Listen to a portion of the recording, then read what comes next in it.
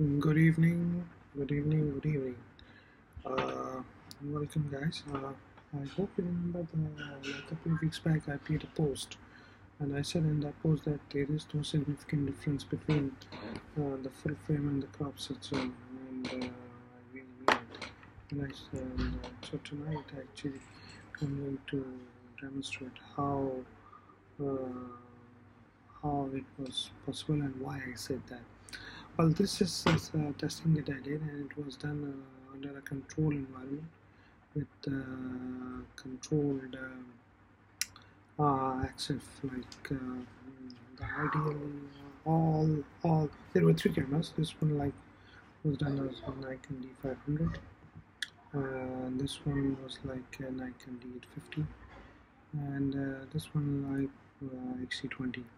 So there were three cameras used to show this scenario. Two crop sensor D500 and XT20. One was full frame D850, and I used the same shutter speed and same aperture across all the three cameras for the shots that I took. Uh, Same shutter speed 250 1.2, and the ISO was auto. So that just to see, because I was under the impression that maybe XT20 will behave a little different because number of pixels are more actually than crop sensor or any of the D500 or D850. So in brief, like XT20 has more pixel per square centimeter than D850 or D500.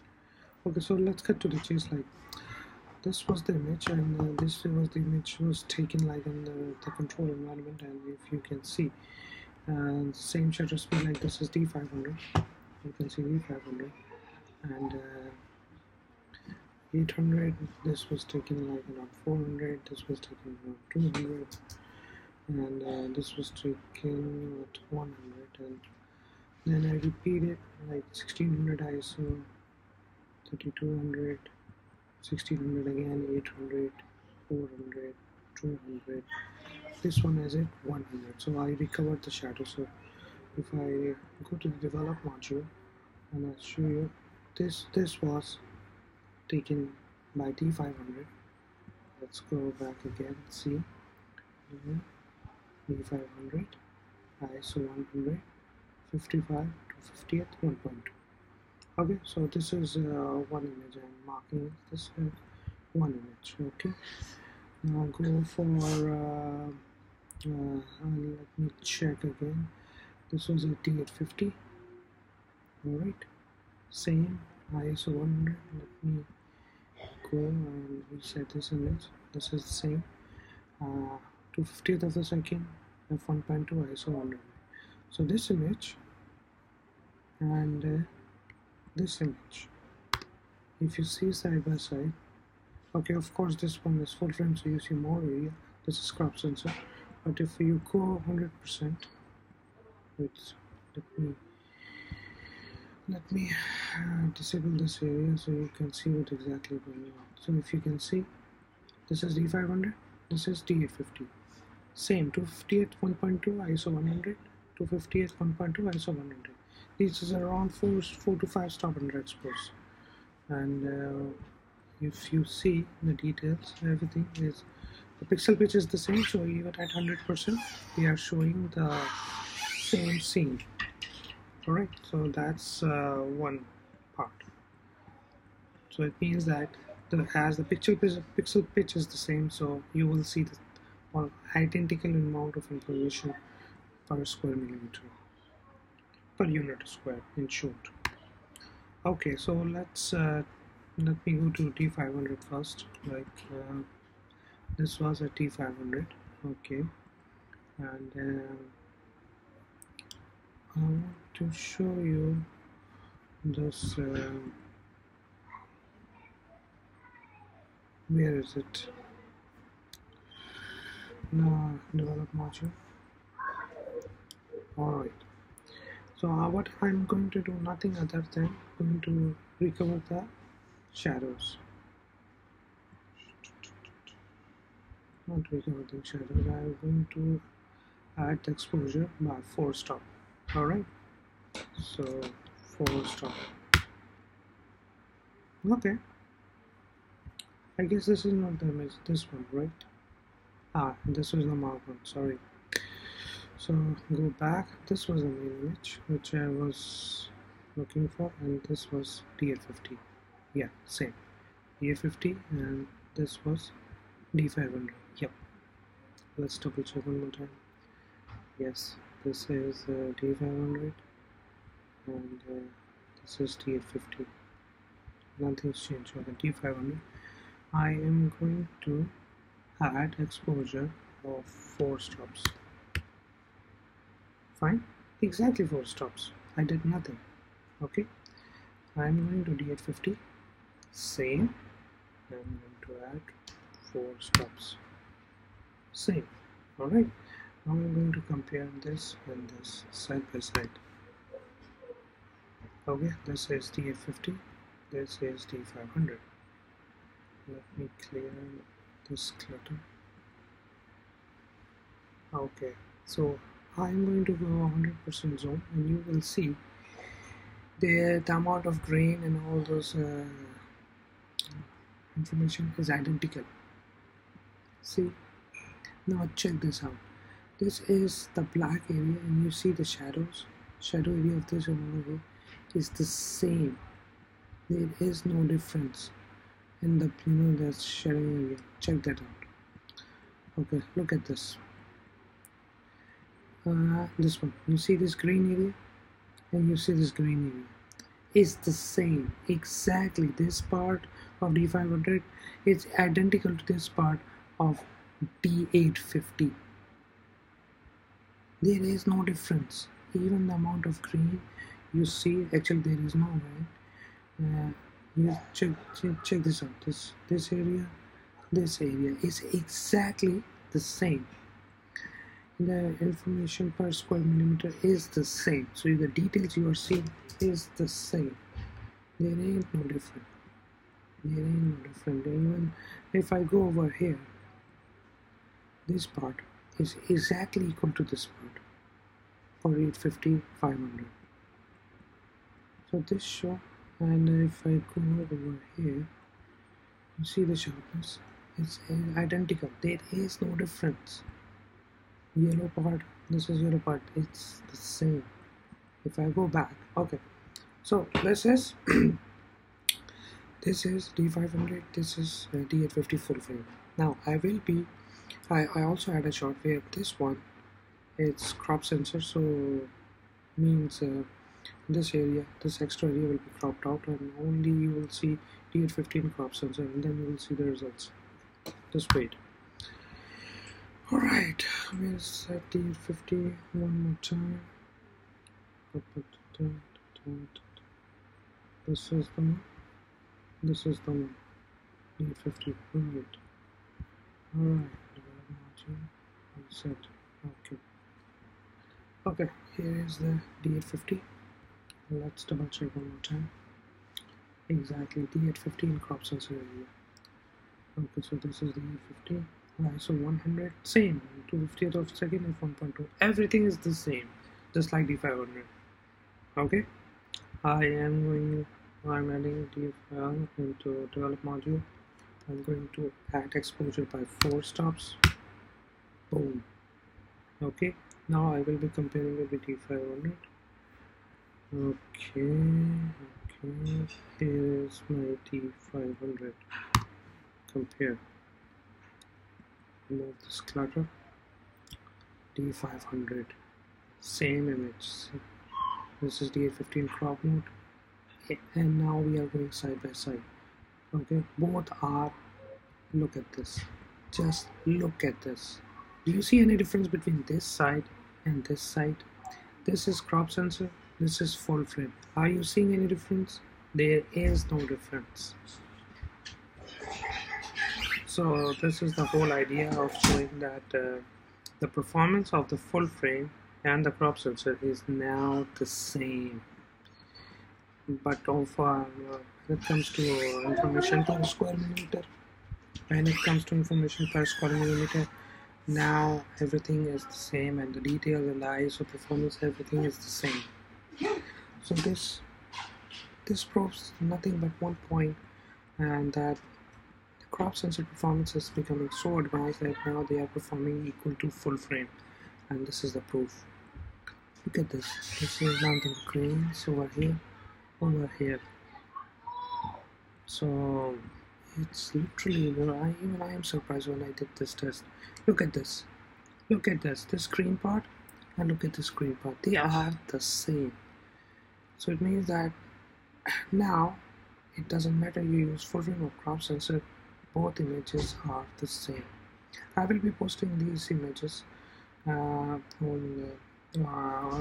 the comment section, so you can see by yourself all this. Oh, by the way, let's try XT20 with this full frame D850. And where is XT20? Is this XT20? I guess. 11 module. Okay. That's not this is not 1850. Where is this? This is? Okay, yeah. This is D8. Yeah, this is the one. Same. It was same 250 1.2. But okay, the funny thing is the base ISO of XT20 is 200, not 100. So I'm adding +4. It should be +3. Now let's try +3. Exposure no. So +4 gives you the identical exposure for like a D850. And this was the one I found. If I'm correct, wait, this is the one. Yeah, D850. Okay, this one, compare, and removing this clutter. So this is XT20 ISO, base ISO 200. This is full frame, base ISO 100. Let's go one. Okay, come on. Okay, of course this looks bigger because you have 4 more megapixel than this side, so that's why it looks bigger at 100%. But the amount of the grain over here of the full frame is much cleaner than XT20. Even and these are the raw images, like I didn't tweak anything. These colors are right from the camera, and actually the D850 colors are much more richer than XT20 for some reason. So that shows the VSI sensor performance of D850 against this. So what I will do, I will be going against one D8 this one. Come on. Wait a second. Okay, this is XT20. I'll go now against full T500, which is this one. Okay, come on. Alright, yeah, that's good. T500, same identical conditions. Why this is 16, sorry. Okay, this is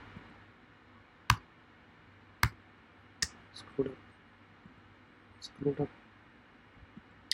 Wait. Okay, this is D500. Here is XT20. Here it is. Compare. Oops, no. This is D500. Here is XT20.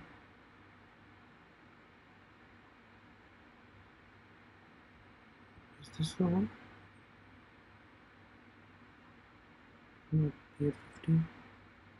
Oh, here it is. Compare. Okay. Why 1600? Come on, it should be 100. Wait. I lost. Where is that? Stupid.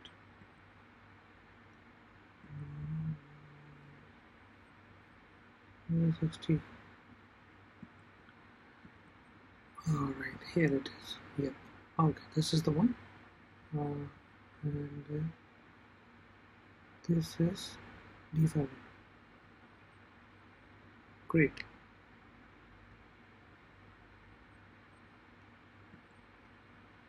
Compare. Okay, now we got it.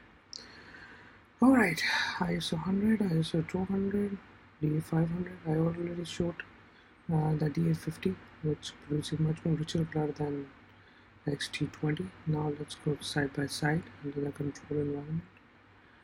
Okay, this produces grainy images. Even though I add 4 stops of light over here, and this is D500, and I add 4 stops of light over here. But D500 producing much more nicer, cleaner images than XT20. Okay, that's strange. The white balance of XT20, its Fujifilm is not that, I don't want to say bad, but somehow D500 and D850 both are producing much more richer and balanced color, unlike XT20. So because you see this magenta cast over here, and this is clean. This is the warmish color. This is bluish and magenta cast I'm seeing, which is surprising. And I did nothing other than adding 4 stop of light on XT20 and this D500 and D850. So here it is. It's clearly saying the performance of the crop sensor is identical to full frame now. So the performance gap. So here is the proof, guys. The performance gap between the full frame and the crop sensor is the same. There is not much you can do about it. So thanks to the SNR firmware and the pixel pitch and the type of the sensor architecture like BSI or regular sensor, the performance of the crop sensor are getting better. By the way, this is D850. Oh, sorry, D500, and this is XT20. I want to show you one thing. Let's forget about this. I want to show you one thing. This is D500, and this is D850. I want to show you something. D850, D500. Now, this is D500 is a regular sensor where the pixel architecture, pixel connectivity, and those connections are done on the top of the surface. This is BSI sensor, D850. So the architecture and the connectivity of each pixel is done underneath. So, but if you can see the performance over here, look closely. The performance over here when it comes to color rendition and light of this and this is the same. So what exactly the secondary thing which balances the whole this exposure and color and everything, it's now SNR firmware. So this proves another point that if you don't have a good architecture sensor, still using the SNR firmware, you can balance out the things, and D500 is the proof, because D850 is a BSI sensor. It's already having more than 1 stop of light, so it is being adjusted in D500 by the SNR firmware. See, both are identical, and I already showed you live, like from the scratch, that I added 4 stop of light over here, 4 stop of light over here. Both are identical, and they are producing the same quality of images. So that's proof, a big point, that the performance of the full frame is now equal with the crop sensor. Crop sensor has literally made a quantum leap when it comes to performance, and now they are performing really well. So the claim on the it's not a claim, actually it's a statement that I made, that the performance of the crop sensor is equal to full frame. It is proven now.